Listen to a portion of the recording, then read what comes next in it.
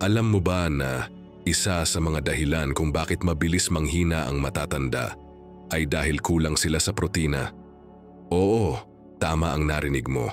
Marami sa ating mga lolo at lola ang mas pinipiling kanin at tinapay, pero nakakalimutan na ang laman ng pagkain na nagbibigay ng tunay na lakas sa katawan. Ang protina. Kung nararamdaman mong madali ka nang mapagod, nanghihina, o parang wala ng sigla ang katawan, baka ito na ang dahilan. Habang tumatanda kasi tayo, natural na bumababa ang kakayahan ng katawan na gumawa at magpanatili ng kalamnan. Ang kalamnan ang tumutulong para makagalaw tayo, tumayo, maglakad at kahit simpleng pag-akyat sa hagdan, umaasa tayo rito. Kapag kaunti ang protina sa katawan, mas mabilis masira ang kalamnan at mas madali kang mapagod. Kaya sa video na ito, pag-uusapan natin ang tamang protina para sa matatanda. Anong klaseng pagkain, gaano karami, at kung paano ito makakatulong para manatiling malakas, masigla, may gana sa buhay kahit umabot ka pa ng edad 70 o 80. Ang una mong dapat tandaan, hindi sapat ang protina mula sa kanin o tinapay. Oo, may kaunting protina diyan, pero hindi iyon sapat para mapanatili ang lakas ng kalamnan. Ang kailangan mo ay mula sa mga pagkaing may mataas na kalidad ng protina, gaya ng itlog, isda, manok, gatas at tokwa. Halimbawa, kung umaga, imbes na puro tinapay lang, subukan mong magdagdag ng itlog at gatas. Isang hard-boiled egg at isang basong gatas ay malaking tulong na sa kalamnan mo. Sa tanghali, isda naman gaya ng tilapia o bangus. Magaan sa tiyan pero malakas sa katawan. Sa gabi, pwede kang kumain ng tokwa o manok para madagdagan ang supply ng protina habang natutulog ka. Pangalawa, mahalaga rin kung kailan mo ito kakainin. Alam mo bang mas mainam na hati-hatiin mo ang protina sa bawat kain mo kaysa kainin lahat sa isang kainan lang? Halimbawa, 20 gramo sa umaga, 20 sa tanghali, at 20 sa hapunan. Bakit? Dahil mas kaya ng katawan mong gamitin ang protina kung paunti-unti itong pumapasok. At pangatlo, ang protina ay hindi lang para sa kalamnan. Ito rin ay para sa immune system. Oo, may mga protina sa ating katawan na responsable sa paggawa ng antibodies o panlaban sa sakit. Kaya kung lagi kang nilalagnat o madaling sipunin, baka kulang ka rin sa protina. Marami sa ating mga matatanda, iniisip na bawal ang protina dahil sa kidney o high blood. Pero ang totoo, kung tama ang dami at healthy ang source, mas nakakatulong pa ito. Ang bawal lang ay sobra at galing sa processed meats gaya ng longganisa, hotdog o bacon. Pero kung galing sa natural na pagkain gaya ng isda at itlog, walang problema yan. Kaya kung gusto mong bumalik ang dating sigla mo, simulan mong ayusin ang protina mo araw-araw. Sa susunod na bahagi, pag-uusapan natin kung paano mo malalaman kung sapat ba ang protina mo at ano ang mga senyales ng kakulangan nito. If you're still watching, comment 1 below para malaman kung sabay tayong lumalakas. Alam mo ba kung paano mo malalaman kung sapat ang protina sa kinakain mo araw-araw? Maraming matatanda ang nagtataka, kulang ba ako sa protina? O baka sobra naman? Pero ang totoo, kadalasan ay kulang tayo kahit iniisip nating tama lang. Hindi kasi sapat na busog tayo, kailangan din nating busugin ang ating kalamnan. Paano mo malalaman kung kulang ka? Simple lang. Kung napapansin mong mas madali kang mapagod kahit sa magagaan na gawain tulad ng paglakad o pagwalis, isa na itong palatandaan. Kapag tumatayo ka mula sa upuan at parang hirap kang bumangon, o kung napansin mong lumalambot ang mga braso at hita mo, posibleng kulang ka na sa protina. Isa pa, kung mabilis kang magkapasa, bumagal ang paghilom ng sugat, o madalas kang nilalagnat o sinisipon, maaaring mahina na rin ang immune system mo dahil sa kakulangan sa protina. Ang protina kasi, gaya ng nabanggit natin, ay hindi lang pangkalamnan. Ito rin ang ginagamit ng katawan para gumawa ng panlaban sa sakit. Kaya kung lagi kang may ubo, trangkaso o lagnat, baka kailangan mong dagdagan ang protina mo araw-araw. Ngayon baka itanong mo, gaano karami ba ang kailangan kong protina bawat araw? Depende ito sa timbang at kalagayan mo. Pero para sa matatanda, magandang gabay ang 1 gramo ng protina sa bawat kilo ng timbang. Halimbawa, kung 60 kilos ka, mga 60 gramo ng protina bawat araw ang mainam. Pero kung medyo mahina na ang kalamnan o kakagaling mo sa sakit, mas makakatulong kung tataasan mo pa ng kaunti. Pero paano mo malalaman kung ilang gramo ang nasa pagkain mo? Hindi mo kailangan ng timbangan. May mga simpleng gabay. Isang itlog 6 grams. Isang palad na isda 20 grams. Isang tasa ng gatas 8 grams. Isang palad ng manok 25 grams. Isang mangkok ng munggo 15 grams. Kaya kung kakain ka ng itlog sa umaga, isda sa tanghali, at tokwa o manok sa gabi, halos makukuha mo na ang tamang protina sa isang araw. Hindi kailangang mahal, ang importante ay tuloy-tuloy. Ang isa pang palatandaan na kulang ka sa protina ay kapag bumabagal ang pag-recover ng katawan mo. Halimbawa, kapag masakit ang katawan mo pagkatapos maglakad o magtrabaho. At parang ilang araw, bago mawala ang sakit, kulang ka sa protina na tumutulong mag-ayos ng mga nasirang himaymay ng kalamnan. Kaya kung gusto mong bumalik ang dating sigla mo, subukan mong obserbahan ang katawan mo sa loob ng 1 linggo. Tingnan mo kung mas mabilis kang mapagod o madalas kang walang gana. Kung oo, simulan mong dagdagan ang protina mo kahit sa maliliit na paraan. Halimbawa, kung dati pandesal lang sa umaga, dagdagan mo ng itlog o gatas. Kung kanin lang sa tanghali, isama mo ang isda o tokwa. Kapag gabi, imbes na tinapay ulit, subukan mo ang munggo o ginisang manok. Makikita mo, sa loob lang ng ilang araw, mas magaan ang pakiramdam mo at mas madali kang kumilos. Maraming matatanda rin ang natatakot kumain ng protina dahil iniisip nila na masisira ang kidney. Pero malinaw na ngayon sa mga doktor na ang tamang dami ng protina ay ligtas at kapaki-pakinabang sa matatanda. Ang kidney ay naapektuhan lang kapag sobra-sobra o kapag may existing na sakit na hindi ginagamot. Pero kung normal ang kidney function mo at balanseng ang pagkain, makakatulong pa nga ang protina para protektahan ang mga organs mo. Isa pang simpleng palatandaan na kulang ka sa protina ay kapag madalas kang nawawalan ng gana kumain. Ang mga amino acid mula sa protina ay tumutulong para maglabas ng mga hormone na nagpapanatili ng sigla at gana sa pagkain. Kaya kapag kulang ito, mas madali kang manghina at mawalan ng interes sa kahit anong ulam. Kung gusto mong siguraduhing sapat ang protina mo araw-araw, pwede mong gawin itong simpleng 3-3-3 method. 3 kainan sa isang araw. Bawat isa ay may kahit 3 palad ng pagkaing may protina, gaya ng itlog, isda, tokwa o gatas. Simple pero epektibo. Halimbawa, umaga, itlog at gatas. Tanghali, isda o manok. Gabi, tokwa o munggo. Dagdagan mo ng gulay at prutas para sa bitamina at fiber at iwasan ang sobra sa alat o mantika. May isa pang magandang tip. Pagsamahin mo ang protina sa ehersisyo. Hindi kailangang mabigat, kahit simpleng paglalakad o pag-inat sa umaga. Bakit?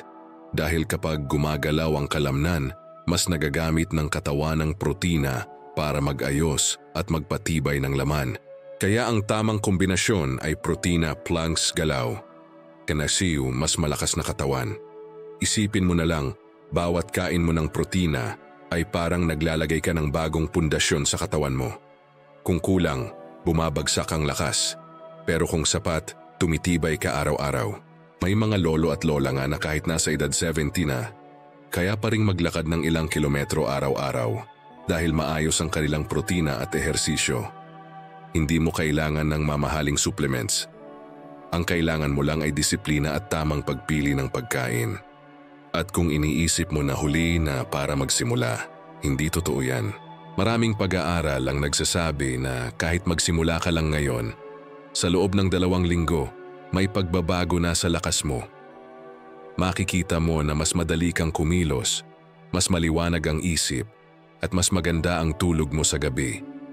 Kaya sa susunod na maghahanda ka ng pagkain, tanungin mo sarili mo, may protina ba ako sa plato ko ngayon? Kung wala, idagdag mo kahit konti. Isang itlog, kalahating palad ng isda, o kahit munggo man lang. Ang mahalaga, consistent ka araw-araw. Sa susunod na bahagi, pag-uusapan natin ang pinakamagagandang source ng protina para sa mga senior, lalo na ang mga abot-kaya, madaling lutuin at healthy sa katawan. Kasi hindi mo kailangang gumastos ng malaki para magpalakas.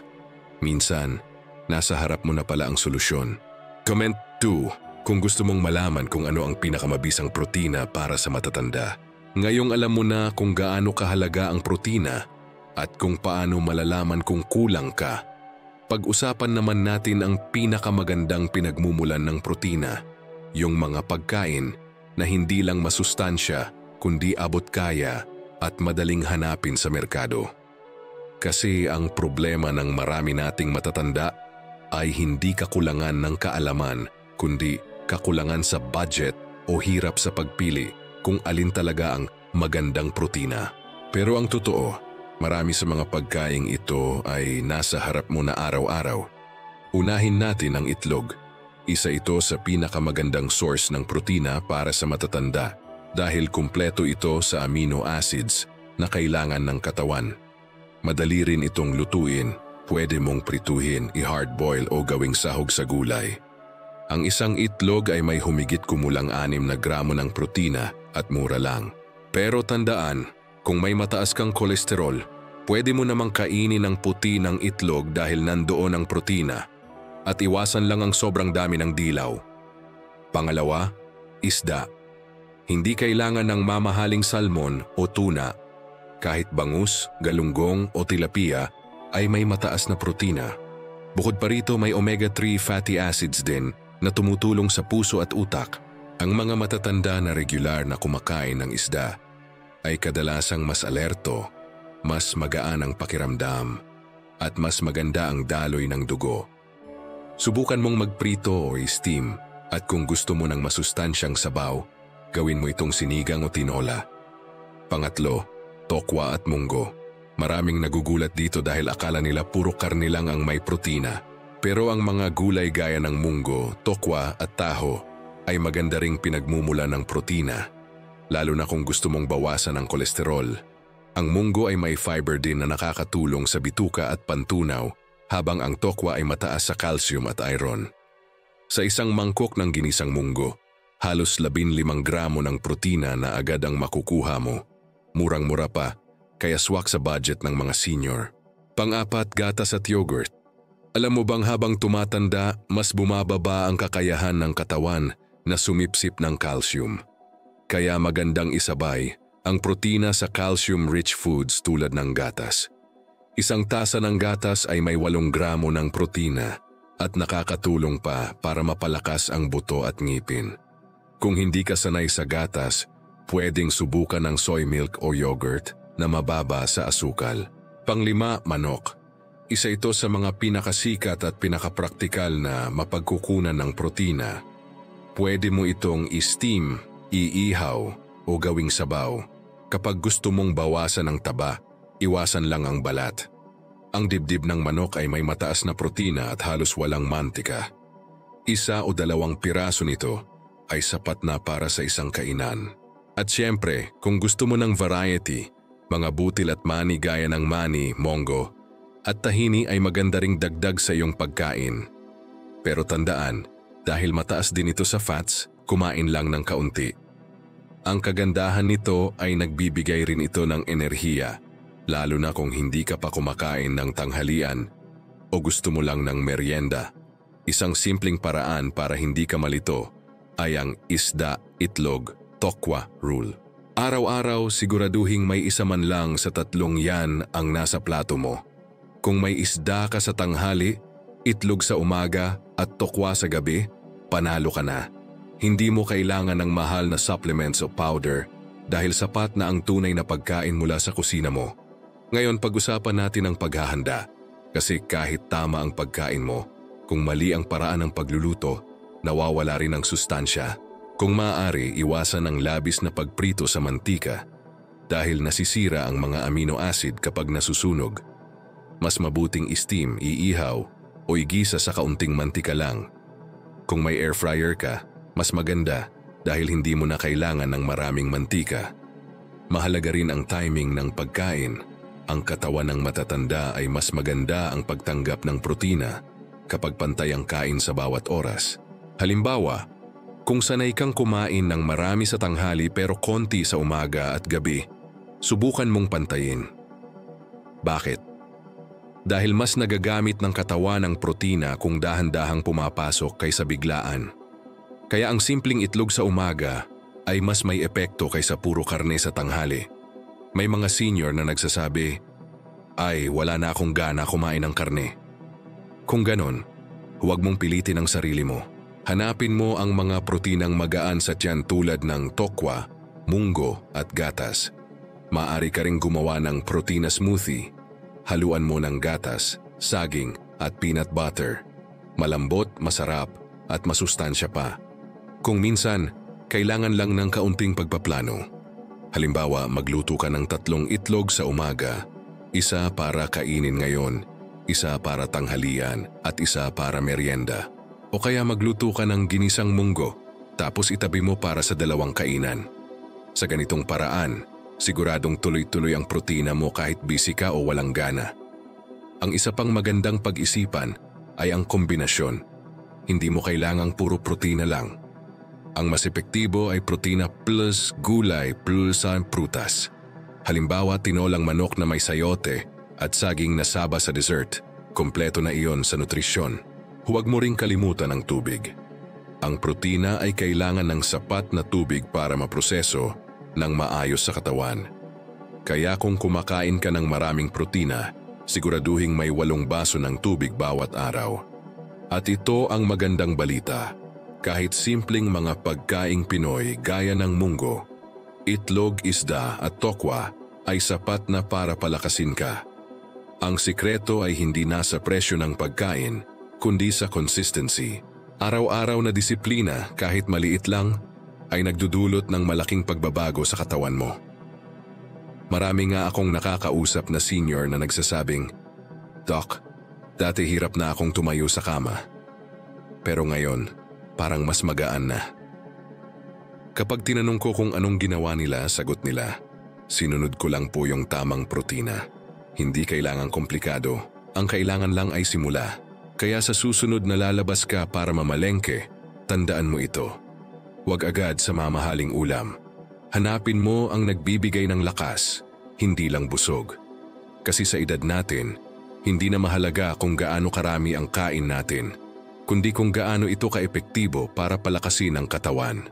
Sa susunod na bahagi, tatalakayin naman natin kung paano mo mapapanatili araw-araw ang tamang dami ng protina sa bawat kainan. At bibigyan kita ng mga sample meal plan na madaling sundan kahit sa bahay lang. Comment 3 kung gusto mong matutunan ang tamang araw-araw na pagkain para lumakas pa ang katawan mo. Ngayong alam mo na kung alin ang mga tamang mapagkukunan ng protina, pag-usapan naman natin kung paano mo ito maipapasok sa araw-araw na pagkain mo sa pinakapraktikal na paraan. Kasi hindi sapat na alam lang natin kung ano ang masustansya. Ang mahalaga ay kung paano natin ito nagagawa araw-araw. Kahit abala, kahit limitado ang budget, at kahit minsan ay wala sa gana. Ang unang sikreto sa tamang pagkain ng protina ay disiplina sa oras. Maraming matatanda ang kumakain lang ng 2 beses sa isang araw, tanghali at gabi. Pero tandaan, habang tumatanda tayo, mas bumabagal ang metabolismo.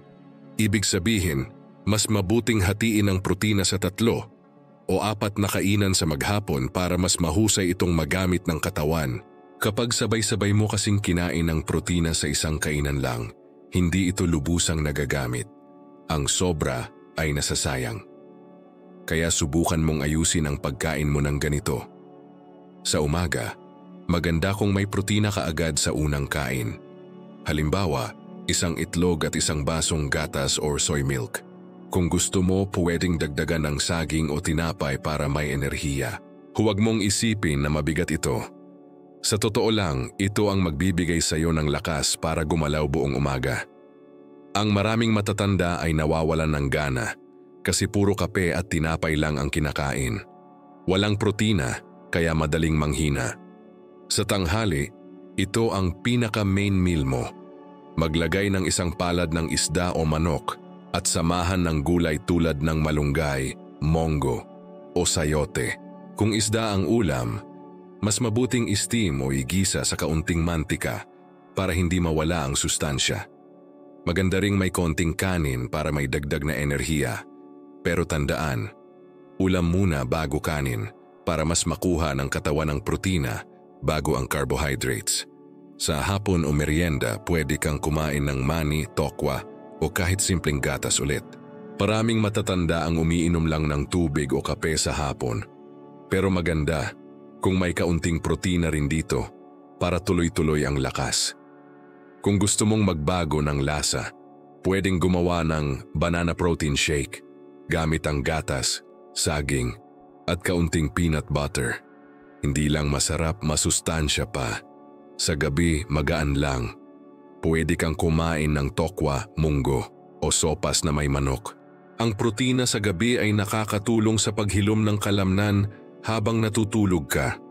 Kaya kung gusto mong magising na magaan ang pakiramdam at hindi nananakit ang katawan, siguraduhing may protina rin bago matulog.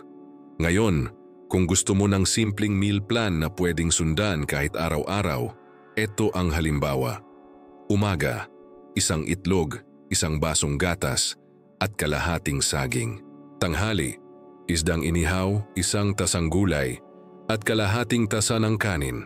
Hapon, tokwa o mani at isang basong tubig o juice. Gabi, tinulang manok o munggo na may malunggay. Simple pero sapat sa protina, calcium at enerhiya para sa buong araw. Ngayon, may ilan ding maling akala tungkol sa protina. Una, akala ng iba, mas marami ay mas mabuti. Pero tandaan, ang katawan ng matatanda ay may limitadong kakayahan para tunawin ang protina. Kaya kapag sobra-sobra, pwedeng mahirapan ang kidney. Kaya't ang tamang paraan ay konti-konti, pero madalas. Pangalawa, akala rin ng iba, ang protina ay para lang sa mga nagbubuhat o bata. Mali rin ito. Ang protina ay mahalaga sa lahat, lalo na sa matatanda, dahil ito ang sandata laban sa panghihina, pagkalimot at sakit. Ang utak, puso at immune system ay umaasa rin sa protina. Pangatlo, akala ng iba, mahal ang protina. Pero nakita mo na siguro, hindi kailangan ng mamahaling steak o imported na pagkain. Ang isda, itlog at tokwa ay sapat na. Minsan, nasa diskarte lang ng pagluluto at pagpaplano. Ang maganda sa pag-aalaga ng protina ay hindi mo kailangan ng malaking pagbabago agad. Simulan mo lang sa maliit. Halimbawa, ngayong linggo, idagdag mo lang ang itlog sa umaga. Sa susunod na linggo, idagdag mo naman ang tokwa sa tanghali. Sa loob ng isang buwan, mapapansin mong mas malakas ka na, mas may gana at mas magaan kumilos. Marami ring matatanda ang nakakaranas ng pamamanhid sa paa o kamay at madalas akala nila dahil ito sa lamig lang. Pero minsan, ito ay senyales ng panghihina ng kalamnan o kakulangan sa nutrients tulad ng protina at B vitamins. Kaya't kapag napansin mong ganito, obserbahan din ang pagkain mo. Baka kailangan mo lang dagdagan ng mga pagkaing may protina. Kung nahihirapan kang kumain ng solid food, pwede mong i-blender ang mga protina food. Halimbawa, gatas, saging, peanut butter, at kaunting oats. Isang masustansyang inumin na agad. Hindi mo kailangan ng mamahaling protein shake dahil natural na ito at mas madaling tunawin ng tiyan. Mahalaga rin ang pagtulog at paggalaw sa bisa ng protina. Kapag kulang ka sa tulog, hindi ganap na naipoproseso ng katawan ang protina para ayusin ang kalamnan. At kapag hindi ka rin gumagalaw, hindi ginagamit ng katawan ang protina para magpatibay ng laman. Kaya kahit simpleng paglalakad sa umaga o paghahardin sa bakuran, malaking tulong na yon para maging epektibo ang protina na kinakain mo. Isipin mo na lang, bawat kutsara ng munggo o kagat ng itlog ay parang pundasyon ng bahay ng katawan mo. Kung araw-araw mong pinapatibay, tatagal ito kahit gaano pa kalakas ang ulan ng panahon. Pero kung pabayaan mo, mabubulok at bibigay. Marami na ring mga senior na nagpatunay nito. Isang lolo sa amin, 72 years old, Dati ay madali nang mapagod kahit maglakad ng 2 kanto. Pero nang sinimulan niyang dagdagan ng protina, itlog sa umaga, isda sa tanghali, tokwa sa gabi, sabi niya, parang bumalik ang sigla ko, parang mas bata ako ulit. Iyan ang kapangyarihan ng tamang pagkain. Kaya kung gusto mong maramdaman ulit ang lakas ng katawan mo, gawin mong habit ang tamang protina. Hindi kailangang perpekto araw-araw. Ang importante, hindi ka sumusuko. Kung minsan, makakalimutan mo pero bukas, bawiin mo. Ang kalusugan ay parang pagtatanim. Kailangan ng tiyaga, hindi ng pagmamadali. At tandaan, ang tunay na lakas ay hindi lang sa bigat ng katawan, kundi sa gaan ng pakiramdam mo tuwing gumigising ka sa umaga. Kung gusto mong maramdaman ulit ang sigla, ang unang hakbang ay nasa plato mo. Sa susunod na bahagi, pag-uusapan natin ang mga benepisyo ng tamang protina sa pangmatagalan, hindi lang sa kalamnan kundi pati sa puso, isipan at haba ng buhay. Dito mo makikita kung gaano kalaki ang magagawa ng maliit na pagbabago araw-araw. Comment 4. Kung excited ka sa mga susunod na benepisyo ng tamang protina para sa iyong kalusugan at lakas. Ngayong alam mo na kung paano idagdag ang tamang protina sa araw-araw na pagkain, pag-usapan natin ang pinakamahalagang bahagi. Ang mga benepisyo ng consistent na pagkain ng protina sa pangmatagalan. Kasi ang protina ay hindi lang pampalakas sa ngayon. Isa itong pundasyon ng mahabang buhay, malinaw na pag-iisip at matatag na katawan. Unang-una, ang protina ay panangga laban sa panghihina ng kalamnan o tinatawag na sarcopenia. Habang tumatanda tayo, natural na nababawasan ang kalamnan taon-taon. Pero kung tama ang protina mo, nababawasan ang bilis ng pagpayat ng laman at mas tumitibay ang katawan mo. Kapag matibay ang kalamnan, mas nakakatayo ka ng mag-isa, mas nakakalakad ka ng matagal, at mas kaya mong gawin ang mga bagay na nagpapasaya sa iyo, tulad ng pag-aalaga ng halaman, paglalakad sa palengke o pagluluto para sa pamilya. Ibig sabihin, mas mahaba ang panahon na kaya mong mabuhay ng independyente. Pangalawa, ang tamang protina ay nakakatulong din sa puso at sirkulasyon ng dugo. Kapag sapat ang protina, mas nagiging matatag ang mga muscle sa paligid ng puso. Ang resulta? Mas maayos ang tibok, mas maganda ang daloy ng dugo, at mas mababa ang tiyansa ng stroke o high blood. Pero tandaan, ang kailangan mo ay lean protein, gaya ng isda, tokwa o manok, hindi processed meat na puno ng alat at mantika. Kaya sa tuwing mamimili ka, isipin mo, ito ba ay nagpapalakas sa puso ko o nagpapahirap? Pangatlo, ang protina ay panlaban sa pagkalimot at panghihina ng isip. Maraming seniors ang nagugulat kapag nalaman nila na may kinalaman pala ang protina sa malinaw na pag-iisip. Oo, dahil ang amino acids mula sa protina ay ginagamit ng utak para gumawa ng neurotransmitters na siyang tumutulong para manatiling alerto at masaya ang isip. Kaya kung gusto mong iwasan ang pagkalito o labis na kalungkutan, siguraduhing may sapat na protina ang pagkain mo araw-araw. Pang-apat, ang protina ay nakakatulong sa magandang tulog. Maraming matatanda ang hirap makatulog o madalas magising sa madaling araw. Ang tamang pagkain ng protina sa gabi, lalo na kung may kasamang gatas o tokwa, ay nakatutulong para makapaglabas ng serotonin at tryptophan, mga natural na sangkap na nakakapagparelax sa utak at katawan. Kaya kung gusto mong masarap ang tulog mo, siguraduhing may konting protina sa hapunan. Panglima, ang protina ay nakakatulong din sa balat, buhok at kuko. Kapag kulang ka rito, mapapansin mong madaling matuyo ang balat, madaling maputol ang kuko o malagas ang buhok. Pero kapag sapat ang protina mo, mas nagiging makinis, mas buhay at mas bata ang itsura mo. Kaya kung gusto mong magmukhang fresh kahit lampasiksta, hindi mo kailangan ng mamahaling cream. Kailangan mo lang ng tamang protina at tubig araw-araw. Bukod pa diyan, napakaraming emotional benefits ang tamang nutrisyon. Kapag malakas ang katawan, mas maganda ang mood. Kapag malinaw ang isip, mas nakakaramdam ka ng saya at pag-asa. Maraming senior na nagsasabing, parang bumalik ang sigla ko sa buhay. Hindi dahil sa gamot, kundi dahil pinangalagaan nila ang sarili nila sa simpleng paraan. Isipin mo ito. Araw-araw na kumakain ka, pero bawat kain mo ay may kapangyarihang baguhin ang kalusugan mo. Kung lagi kang pipili ng pagkain na nagbibigay lakas, mas madali mong mararamdaman na mas alerto, mas magaan at mas masaya ka. Ang pagkain ng tama ay parang pamumuhunan sa sarili, hindi lang para mabuhay, kundi para mabuhay ng mas maganda. Mahalaga ring tandaan na ang katawan ay parang makina, kung kulang sa tamang langis, madaling bumigay. Ang protina ang isa sa mga pangunahing langis ng katawan. Kaya kung gusto mong tumagal pa ang iyong lakas, gawin mong bahagi ng araw-araw mong gawain ang pagkain ng protina. Hindi mo kailangang maging perpekto, pero ang consistency araw-araw ay magdudulot ng resulta.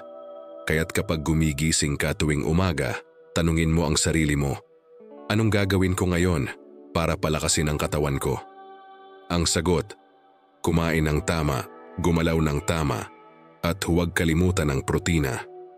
Kung minsan maririnig mo ang mga kasabihang, tanda na ako, wala nang magbabago. Pero tandaan, hindi totoo yan. Ang katawan ng tao ay marunong magbago, mag-ayos at lumakas ulit. Basta tama ang ibinibigay mo rito. Kahit sa edad 70, 80 o 90, pwede mo pa ring maramdaman ang sigla ng buhay. Marami ng pag-aaral ang nagpapatunay na ang mga matatandang may sapat na protina sa pagkain ay mas bihirang maospital, mas mabilis gumaling kapag nagkasakit, at mas masigla araw-araw. Hindi mo kailangang umasa sa mamahaling vitamins kung maayos ang nutrisyon mo. Subukan mong gawin itong 30-day protein challenge para sa sarili mo. Sa loob ng 1 buwan, siguraduhing may protina sa bawat kain mo. Obserbahan mo ang pagbabago sa katawan mo. Mas magaan, mas alerto, mas maganda ang tulog, at mas masaya ka. Ang ganitong simpleng hakbang ay makikita mo na may malaking epekto sa iyong kalusugan. At kung may pamilya ka, hikayatin mo rin silang sabayan ka. Kasi minsan, ang pinakamahusay na inspirasyon sa bahay ay ang senior na patuloy na nag-aalaga sa sarili. Kapag nakikita ng anak mo o apo mo na aktibo ka pa rin, mas nai-inspire silang alagaan din ang sarili nila. Ikaw mismo ang nagiging ehemplo ng malusog na pagtanda, kaya huwag mo nang hintayin pa na manghina bago kumilos. Simulan mo ngayon. Magluto ng itlog, bumili ng isda, maghanda ng tokwa, at gawin mong pang-araw-araw na gawain ang pagkakaroon ng protina sa plato mo. Ang tamang protina ay hindi lang pampalakas ng katawan. Isa itong simbolo ng pagmamahal sa sarili. Sa bawat subo ng tamang pagkain, pinapakita mong mahalaga ka at gusto mong manatiling malakas para sa mga taong mahal mo.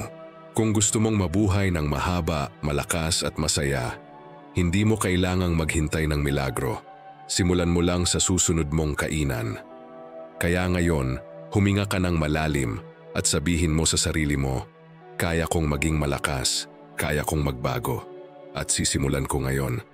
Maraming salamat sa panunood. Sana ay may natutunan kang bago at inspirasyon para alagaan ang sarili mo.